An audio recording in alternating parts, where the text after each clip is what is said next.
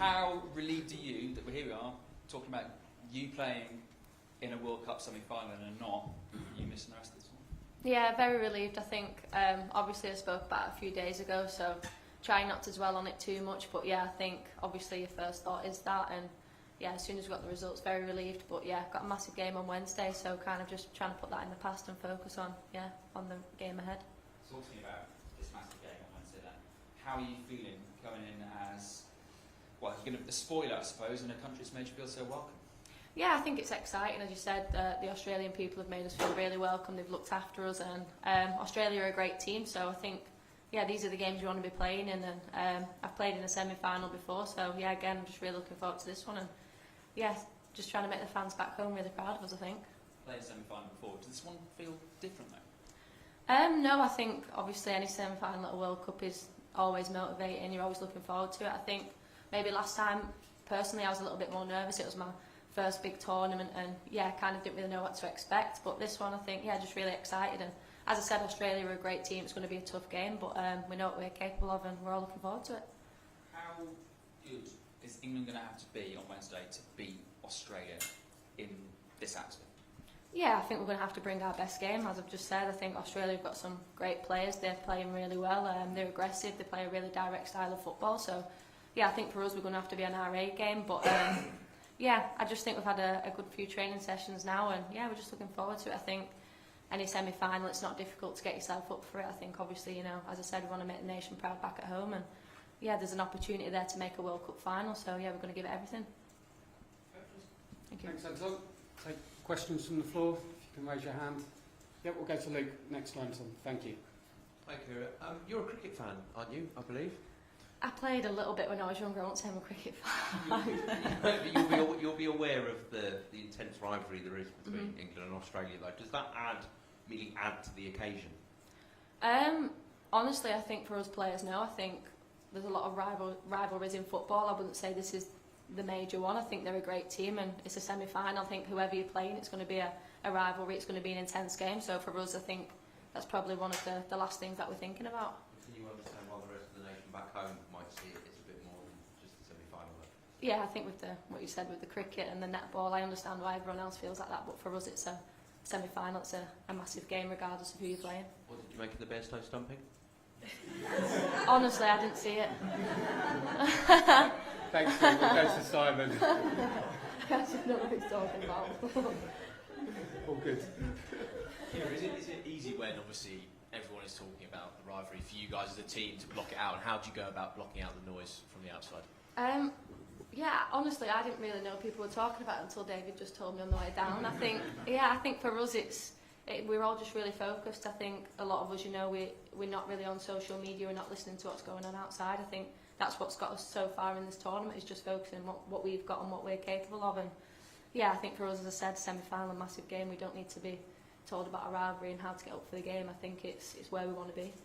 We saw the other night that Leah was there and you guys saw her afterwards. Is she planning to be in camp at all this week? What was it like to see her, and is that a boost when you're sort of in the business end of the tournament? Yeah, it's a massive boost, I think, for the team, and to see her supporting us. You know, it's the opposite side of the world. It's not an easy flight. I think it kind of shows, you know, what she feels about this team. And yeah, the first time I saw her was actually, she was standing outside my hotel room waving, because yeah, I mean, she didn't want to distract us on game day, so she kind of just stood outside and yeah, waved from there. But yeah, I think for us it was nice, and obviously to get the win and celebrate with her afterwards. I mean, I imagine it's not easy for her to watch those games because she would want to be playing in them. So I think for us, you know, we really appreciate her support, and I think it shows what a good character and what a good person she is, that she's able to do that for us. Was there anything she specifically said, or any stuff she passed on for this week? I think it was just about being confident and just going and shining and doing what we're capable of. I think, you know, she's been in and around it. She knows what this team can do. So it was kind of just that message, and just to believe and try and go as far as we can, really. Thanks, Simon. Go to the back of the room, and Dan from the BBC. Thank you. Hi, Keira. Australia are the only team that have managed to beat England since Serena came in. I think 37 matches now. That's the only one she's experienced defeat. And I think you played in that game earlier this year. Does that give your opponents a little bit of a mental edge going into Wednesday? I think if I put myself in their shoes, not so much. I think a semi-final of a World Cup, I think it's a difficult game. I think obviously, you know, they can take some confidence from that game, but we weren't at our best, and I'm sure that they're aware of that. And obviously we've changed a lot since then in shape and players, and yeah, I think the momentum that you've got in a World Cup is different, so I imagine that they won't be too focused on that. They know it's going to be a tough game as well, so it's going to be hopefully a good game for the fans to watch. Clearly the country is really behind them. The Matildas have gripped Australia, and they came through that extraordinary penalty shootout. They may feel that the fate's on their side after that, but do you think there's also a bit of pressure on them because they're the hosts, and can you exploit that perhaps? Yeah, I think first off, I think it's amazing to see for women's football in Australia the amount of support they have got. I think that's probably a bigger picture to speak about than the tournament itself. I think, yeah, you can see, you know, they were stopping the AFL games in the news, and I think just in general for women's football, I think that's incredible. But yeah, I think there's pressure on both teams. I think, you know, we obviously felt that in the summer having a home Euros, and yeah, I think you can see it as pressure. You can also see it as, you know, they've got the support in the stands, but I think there's pressure on both teams. It's a massive game, so I'm sure they won't be focusing on that too much. Everybody will remember forever, I guess, the Euros final and what you achieved last year. Would reaching a World Cup final here, albeit not on home soil, surpass that? Do you think? And what would it be like if you can achieve this on Wednesday evening and get there? Something which England have never achieved before, get to a final. Yeah, I think it obviously will be a massive result. I think it's hard to compare the two. I think winning a trophy like that on home soil, it's always got a different feel to it, but then again we're at a World Cup, so yeah, I think it's every footballer's dream is to play in a World Cup final, so yeah, I think for us that's obviously the aim, and hopefully we can get the job done on Wednesday. Thanks, Sam. We'll just go next to you. Thank you. Kira, you know what it's like to have played in front of a home crowd in a massive tournament and the difference that can make. There's going to be 75,000 people in there in Stadium Australia on Wednesday night. Can you just explain to us what that's like, having that sheer amount of noise and support behind you, and also the difficulties of playing in an environment like that as well? Yeah, I think it was massive for us at the Euros, you know, especially in the final. I think, you know, when there's those moments where the opposition could potentially score, and it kind of shifts momentum. I think sometimes when you're playing, when you know the crowd's behind you, it gives you that extra push. But I think also when you're playing against it, I think when you can quieten the crowd, I think it's also a very nice feeling.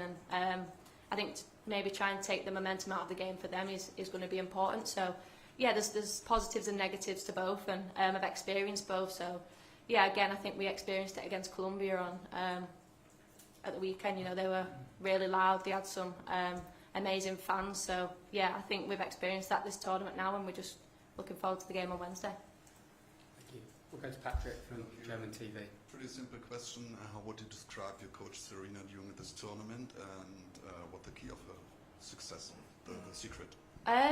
Yeah, I think she's pretty relaxed. She's always very logical in the way she does things. She has a clear plan and a clear vision of how she wants everything to go. And I think even when, you know, you're playing and you can kind of feel the pressure, she never looks like she feels it. And I think that really can calm you when you're on the pitch. And you know, in and around it, she's always just happy to be in around the girls, and you know, family are here. And I think, yeah, she creates a really family feel, which is nice. And I think, as you can see, all the girls really enjoy playing for her, and she probably gives us that extra push on the pitch that you need sometimes when you're playing in tough games that we've experienced this World Cup. Thanks, Patrick. Just if you can hand the mic forward to Emma from the BBC, that'd be great. Thank you. Hi Kira, thanks for your time. Best of luck. Thanks. Yeah, it feels like all the noise is on Australia. Obviously, England, there's always expectation, there's always pressure, but this might be perhaps the first time in the tournament where, you know, England aren't necessarily going into it as you know, heavy favourites. Do you think that you can use that to your advantage in a way? Yeah, I think, obviously, as you said, if the pressure's on them, then I think that's a different thing to cope with. But yeah, I think they're a great team. It's going to be a tough game whether they're feeling pressure or not. As I said, I think the way they play, they don't always look like they're feeling the pressure. They're very physical, front-footed, and yeah, we've got to be ready for that. But yeah, I imagine it's just not something we're going to be thinking about either, is who's on the pressure. It's a semi-final, so yeah, I think for us it's just about going in confident, playing our game, and trying to be on the front foot and get ready for what their strengths are as well. Thank you. Thanks, Emma. We'll just go next to you to Susie. Thanks. Hey Kira, I was wondering how you found playing in front of a back three, because it's not something you've done that often. Have you been asked to like adapt the way you play at all? Have you had to think a little bit differently about how you do it? Yeah, a little bit. I think obviously because me and Millie are sometimes in a similar area of the pitch. I think it's kind of just getting those angles a little bit different. But Yeah, I think I experienced it a little bit at City. You know, they play with the inverted fullback, and sometimes there is a back three. So it's something that I've experienced before. But I think, 3-5-2 is probably a little bit different.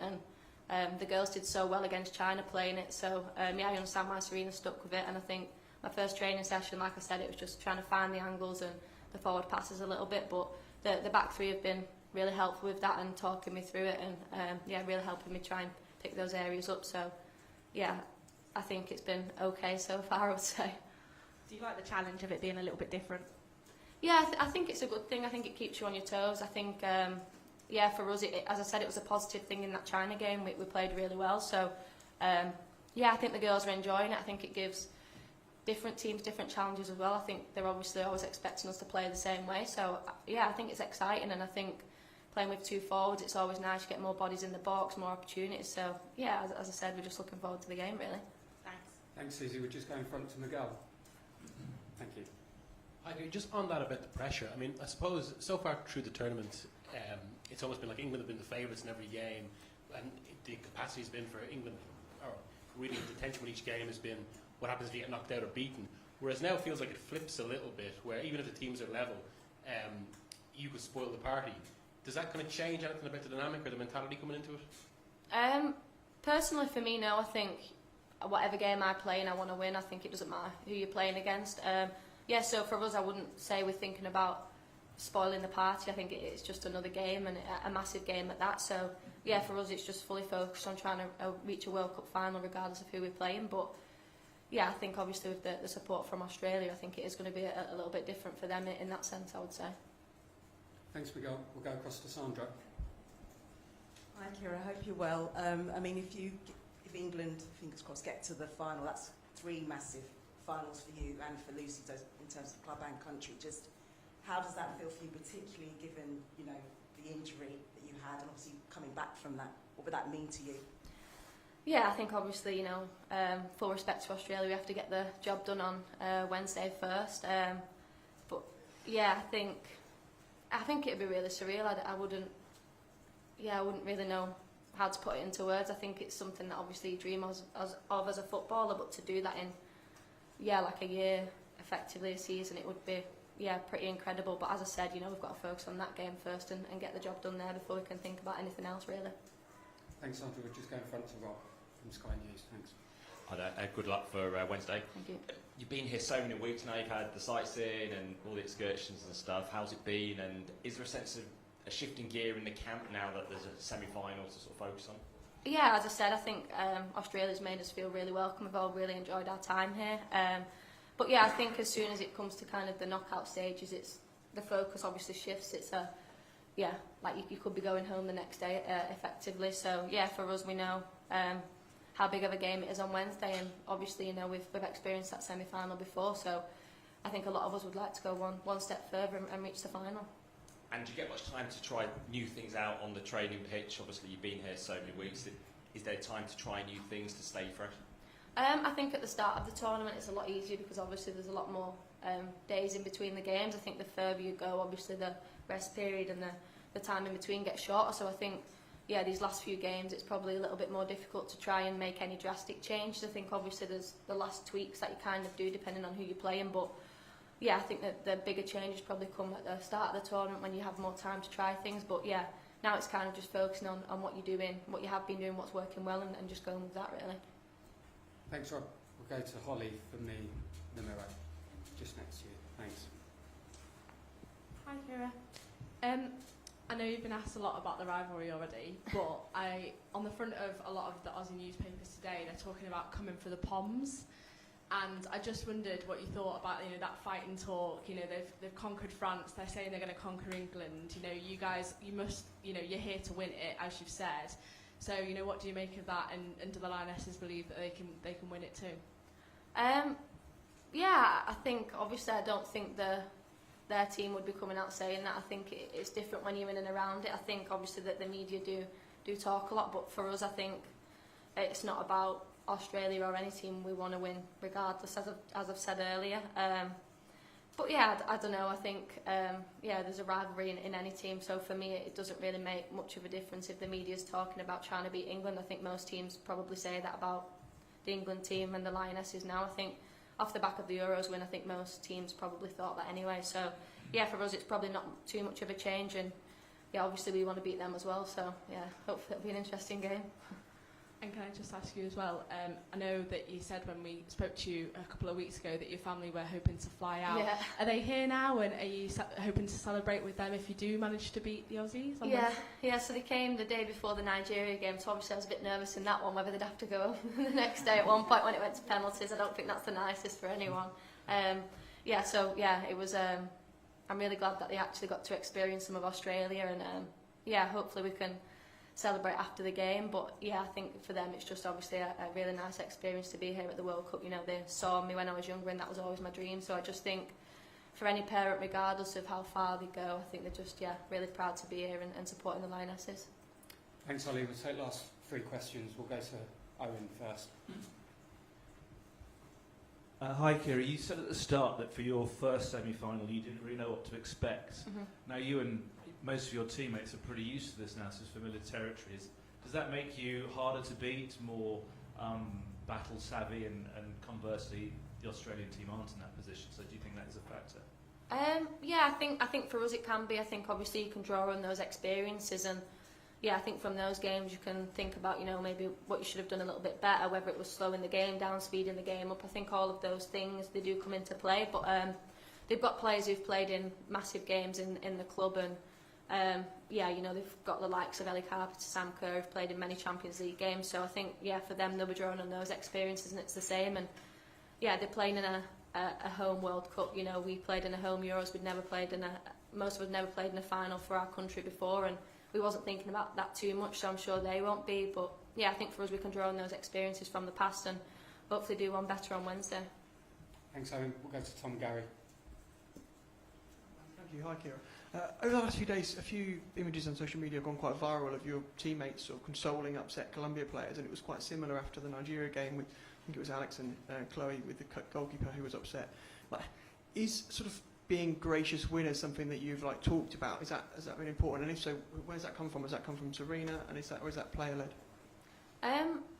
I wouldn't say it's something we've spoke about. I think obviously, you know, you've all spoke to Serena, and I think she naturally is just like that anyway. I think she always puts an emphasis on being humble and respecting your opponents, but it's not something we've spoke about. I think we all know the feeling of being knocked out of a World Cup, and it's one of the worst feelings in the world. And I think, you know, when you can see fellow players who are really upset, I think the natural human thing to do is to just go over and see if they're okay.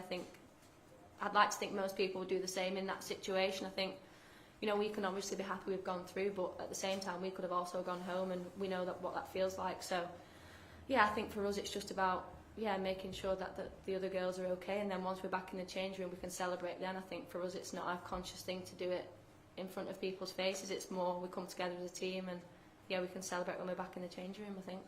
And I suppose to sort of counter that niceness, are you ready to sort of be almost like the public enemy number one on Wednesday? Because everyone in Australia is wanting you to lose, right? Is that a slightly different approach? Are you ready for sort of the feistiness maybe of Wednesday? Yeah, I think you've seen that the girls are ready to fight. I think, you know, the Nigeria game, the Colombia game, they weren't easy. We wasn't always on top, and I think people have seen that side to us now. I think obviously once the whistle ends it's a different story, but I think in the game, I think the girls are very aware of what the game's going to be like, what the stadium's going to be like, and I think for us we're more than ready for it. Thank you. Thanks, Tom. Final question from Catherine. You're done, Tom. Thank you. Just on that back three, why do you think they complement each other so well? And we saw how they controlled the game against Colombia as well. Is it like different skill sets, or is it just an understanding they've built? I think they all understand the game very well regardless. I think you can see that in the way they build up. I think the three of them are excellent on the ball. They've all got passing ranges, they can play short, long, and defensively they're all great as well. So I think for us it gives us a really great base to play off. It gives us a strong structure to start from, and I think that's probably where the goals came from against Colombia. I think it was them building up from the back and really understanding the spaces to play, and for me I've really enjoyed playing with them, so hopefully that continues against Australia. Thanks, Tom. Thanks so much, Keira. Thank you.